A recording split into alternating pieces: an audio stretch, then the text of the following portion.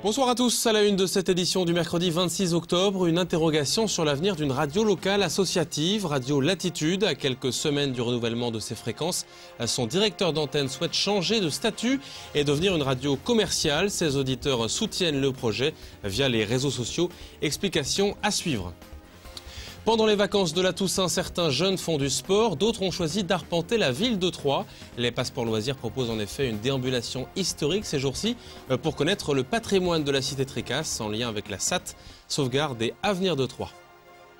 Dans le JTD Nuit de Champagne, on reviendra sur le concert de Jean-Louis Aubert hier soir, concert que Canal 32 n'a pas été autorisé à filmer, mais les 5600 spectateurs, eux, ont été conquis au Cube.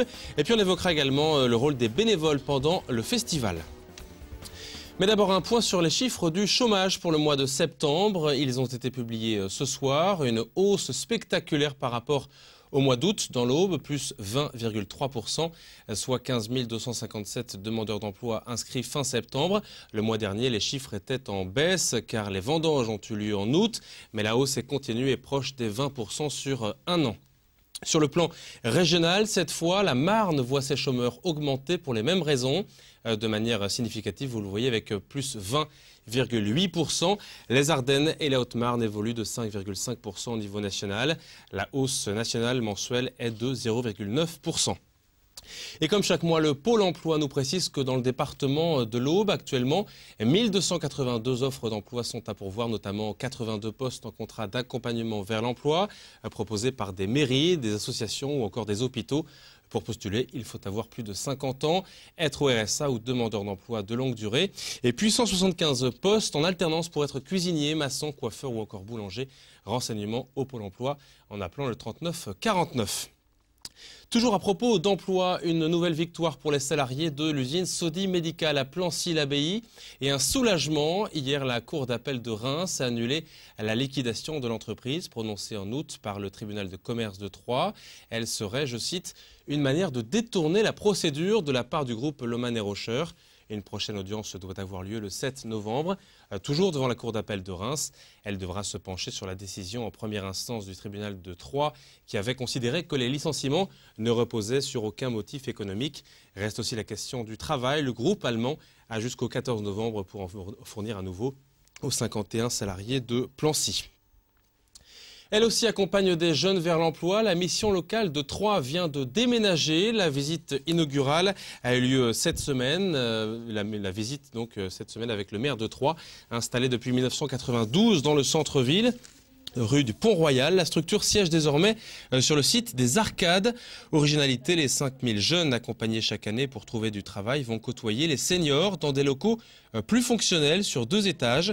Cette cohabitation permettra dans l'avenir de développer des actions intergénérationnelles. C'est du moins ce que souhaite sa présidente Elisabeth Grandpierre. Elle s'en explique au micro de Damien Ardois. La mission locale, c'est 5000 jeunes reçus chaque année, 1400 jeunes nouveaux qui arrivent, malheureusement on va dire. Et donc il faut pouvoir les accueillir dans des conditions décentes et c'est vrai que les locaux n'étaient plus adaptés. On a saisi cette opportunité qui est une véritable opportunité, une vraie chance d'installer notre mission locale au sein d'un centre de gérontologie. Je crois que c'est une première en France. Alors déjà pour les jeunes, le fait d'être mieux accueillis dans des conditions plus confortables, c'est un vrai plus. Ce qui va changer aussi, mais le fait d'être au sein d'un centre de gérontologie, on en espère beaucoup. On espère pouvoir mener des actions intergénérationnelles, créer davantage de liens sociaux entre la génération précédente retraitée et nos jeunes qui ont tellement besoin d'être soutenus et accompagnés. C'est une radio locale associative auboise qui a tout d'une grande, championne d'audience. Radio Latitude se sent à l'étroit dans son statut actuel. La station locale basée à Pont-Sainte-Marie veut devenir une vraie radio commerciale et de façon officielle, elle en aurait les capacités selon son directeur. Et la date du renouvellement de sa fréquence arrive dans 1 mois, mais rien n'est gagné. Les auditeurs, eux, se mobilisent pour soutenir ses ambitions grâce notamment aux réseaux sociaux. Reportage Christian Vira. À Radio Latitude, les messages de soutien se multiplient. Save Latitude, Save the World. La Fanny, non mais c'est du délire, je n'écoute que cette radio, je deviens quoi si elle est supprimée? Il faut absolument agir. En tout cas, battez-vous les auditeurs fidèles, faites-vous entendre pour sauver votre radio, courage à vous. Afin de financer son évolution, la radio devrait dissoudre sa structure associative pour devenir une station commerciale. Cela nécessite l'abandon de la fréquence sans garantie de l'obtenir à nouveau. Ça nous oblige à restituer notre fréquence au CSA. On prend le risque de perdre la fréquence, donc de fermer la radio définitivement. Tu laisses un message sur le répondeur et on le diffuse à l'antenne entre 7h et 10h. Méline, 22 ans, Maximilien, Franck, 43 ans et Vivien, un auditeur de la Marne. Il habite à Châlons-en-Champagne et il fête aujourd'hui son birthday.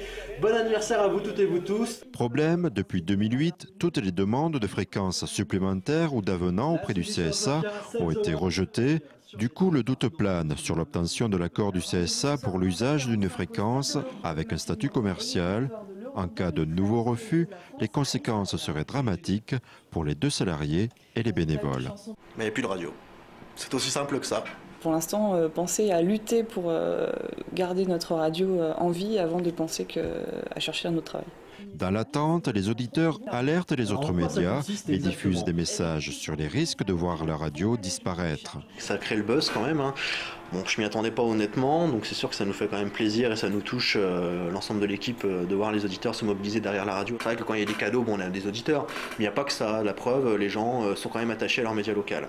Eric de Gier-sur-Seine ou encore Brian de Bagneux avec un petit message pour toi, Alex. PS. Alex, je kiffe toujours ta voix. Ça fait plaisir, c'est très encourageant. Je reçois des messages sur mon Facebook de Actu Radio Latitude. Je reçois des messages à chaque fois que je me connecte. Donc ça peut être même à minuit. Les auditeurs sont fans.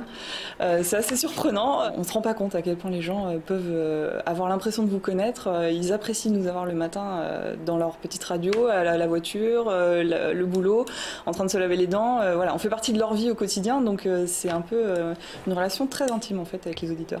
Les auditeurs devront patienter jusqu'en mai-juin 2012, période durant laquelle le CSA aura édité ses autorisations.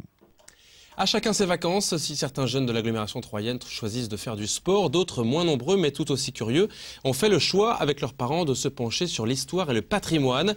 Une activité de vacances pas comme les autres grâce au passeport loisirs, en compagnie de Jean-Louis Imbert, organisé par l'association Sauvegarde et Avenir de Troyes. Promenade en images avec Annabelle Millet.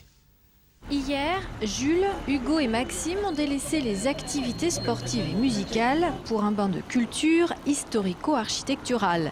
Les 3 jeunes garçons ont suivi le guide dans les rues troyennes. Je fais une visite avec une personne qui nous raconte le patrimoine de Troyes.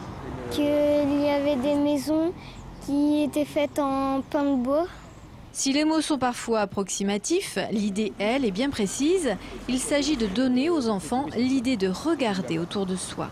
Moi, je crois que le patrimoine peut avoir une fonction touristique, c'est vrai, mais il a surtout une fonction culturelle et je crois qu'il faut former. Et si on forme, ça peut être à tous les âges, mais c'est vrai que l'âge le meilleur pour former, c'est quand même la jeunesse. Et donc, si on les habitue relativement tôt à avoir un regard sur ce patrimoine qui les entoure, quand ils seront plus grands, à mon avis, ils seront à même de juger de ce qui est fait en matière patrimoniale ou urbanistique liée au patrimoine dans une ville. Hugo, lui, a déjà un regard sur la cité Tricasse, certes pas technique, mais esthétique. Et il a bien retenu la définition du patrimoine. C'est l'histoire de la ville, le passé. Le passé des bâtiments, des églises. Je trouve que c'est une très jolie vie. Parce qu'il y a des maisons en pan de bois et que ça rend plus joli. Avant, c'était un parking ici, une horreur. Et donc, on a reconstitué complètement la façade qui est là, dans l'esprit de ce qui était l'esprit de la plaque, bien évidemment. Hugo et Jules sont lyonnais et ont été menés sur les chemins de la découverte du patrimoine par leur grand-père, membre lui-même de l'association Sauvegarde et Avenir de Troyes. Qu'ils apprennent un petit peu à situer notre histoire dans le temps, parce que pour eux, la notion de temps, c'est pas toujours facile à 9 ou 11 ans. Et ça, je crois que c'est une bonne manière de le faire. Et avoir le réflexe, effectivement, là où il se trouve d'ailleurs, de s'intéresser, d'être curieux, de savoir lever la tête. Et puis surtout d'avoir l'esprit un peu critique. Mais surtout d'éveiller la curiosité des jeunes, gage d'un intérêt plus soutenu pour le patrimoine à l'âge adulte. Et dans un instant, le 3e numéro de notre JT des Nuits de Champagne. A tout de suite.